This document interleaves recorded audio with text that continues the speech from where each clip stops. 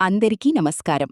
భగవద్గీతలో మొదటి 12 అధ్యాయాలు దిగ్విజయంగా పూర్తి చేసుకుని ఇప్పుడు మనం ఒక సరికొత్త, అత్యంత ఆసక్తికరమైన ఘట్టంలోకి అడుగుపెడుతున్నాం.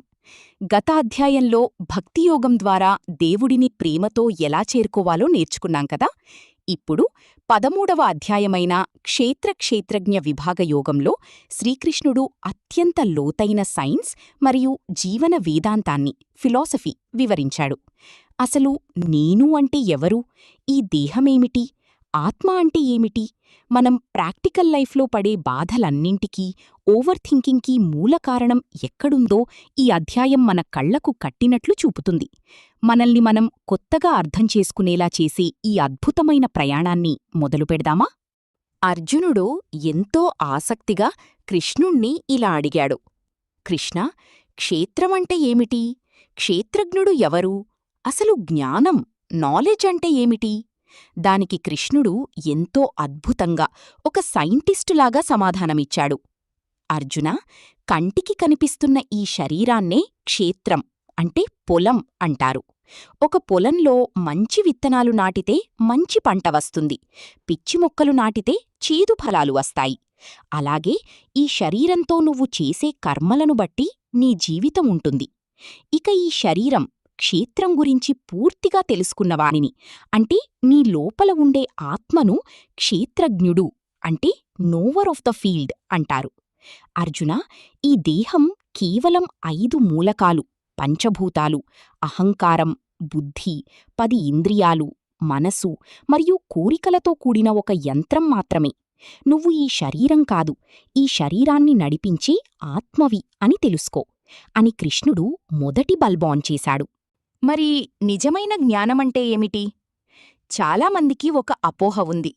పెద్ద పెద్ద డిగ్రీలు చదవడం, పుస్తకాలు బట్టి పట్టడం, లోకజ్ఞానం ఉండటం అనుకుంటారు. కాని కృష్ణుడు చెప్పిన సమాధానం నేటి యువతకు ఒక కనువిప్పు.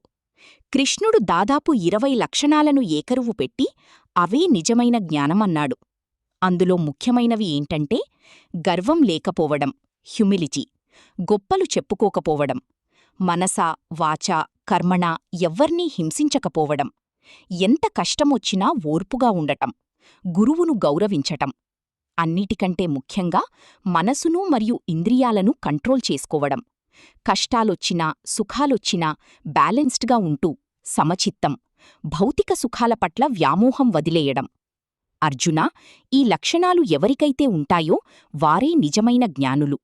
ఇవి లేనివారంతా వాళ్లు ఎంత చదువుకున్నా సరే అజ్ఞానులే అని శ్రీకృష్ణుడు కుండబద్దలు కొట్టినట్లు చెప్పాడు. అంటే జ్ఞానమంటే డిగ్రీ కాదు, మన క్యారెక్టర్. ఈ జ్ఞానాన్ని సంపాదించిన తర్వాత మనం తెలుసుకోవాల్సిన అసలైన సత్యం, జ్ఞేయం ఏమిటి అని వివరిస్తూ కృష్ణుడిలా అన్నాడు. అర్జునా, ఈ సృష్టిలో తెలుసుకోవాల్సింది ఒకే ఒక్క పరబ్రహ్మతత్వాన్ని. ఆ పరమాత్మకు మొదలు చివర లేదు. ఆయన సృష్టికి లోపల బయట కూడా ఉన్నాడు. కదిలే వస్తువులలో, కదలని వస్తువులలో ఆయనే ఉన్నాడు. ఆయన ఎంతో సూక్ష్మమైనవాడు కాబట్టి అజ్ఞానుల కంటికి కనిపించడు.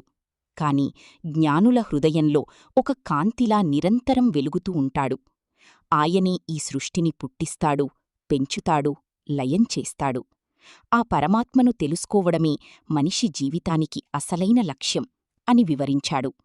ఇక ఈ అధ్యాయంలో అత్యంత ముఖ్యమైన ప్రాక్టికల్ లైఫ్కి ఉపయోగపడే పాయింట్ ఇది.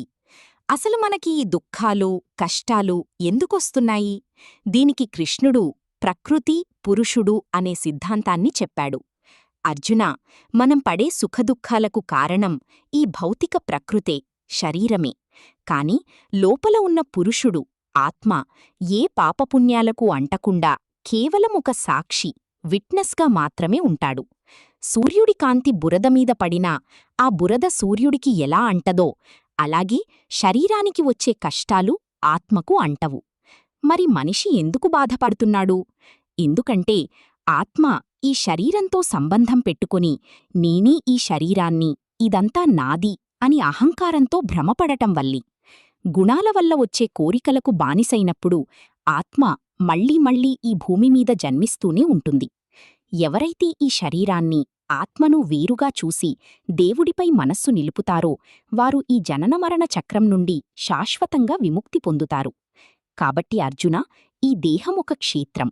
ఇందులో నువ్వు ఆడే ఆటను ఒక సాక్షిలాగా గమనించు. కష్టాలొస్తే కృంగిపోకు అని కృష్ణుడు గీతోపదేశం చేశాడు. సరి, ఆత్మ శరీరంతో ఎలా బంధించబడుతుంది? దానికి కారణమైన ఆ 3 గుణాలు ఏమిటి? సత్వ, రజో, తమో గుణాలు మనిషిని ఎలా ఆడిస్తాయో తదుపరి 14వ అధ్యాయమైన గుణత్రయ విభాగ యోగంలో తెలుసుకుందాం. ఈ వీడియో మీకు నచ్చినట్లయితే లైక్ చేసి మీ అభిప్రాయాన్ని కామెంట్ చేయండి. ఇలాంటి లోతైన ఆధ్యాత్మిక విషయాల కోసం మన కేటీకీ ఛానల్ని సబ్స్క్రైబ్ చేసుకోండి. జై శ్రీకృష్ణ.